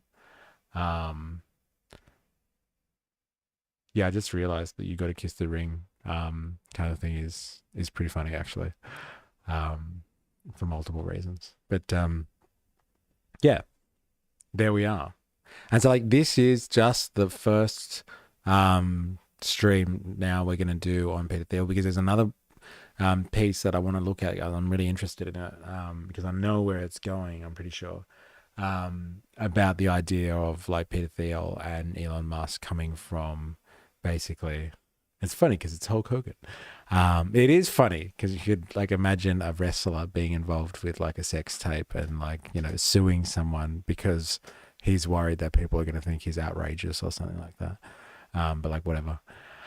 Anyway, So like this has been part number 1. We're going to continue this on Monday, where we're going to look at like Elon Musk and Peter Thiel's like actual childhood and like their upbringing in South Africa and like what that means in terms of like their family history and stuff like that, as opposed to just what they've done as their time in Silicon Valley, because I think that will help provide good insights for them. Because in sports entertainment, he's known for holding down wrestling talent. Isn't that interesting? Well. I'm sure he is. Hey, he's another monopolist too. It's a wrestling monarchy for him. And known for saying when someone other than him was going to win, he'd say, that doesn't work for me. That doesn't work for me, brother. Yeah. I'm sure it doesn't.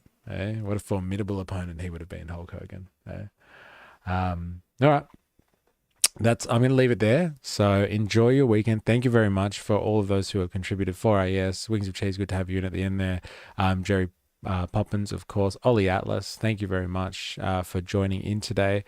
This has been a very interesting start, but like let us continue on Monday a little bit more of this investigation, because like, you know, it's the veritable who's who of the bourgeoisie and the part of the bourgeoisie that really matters at the moment. So like, you know, I think it's going to be interesting, like finding out who these people are.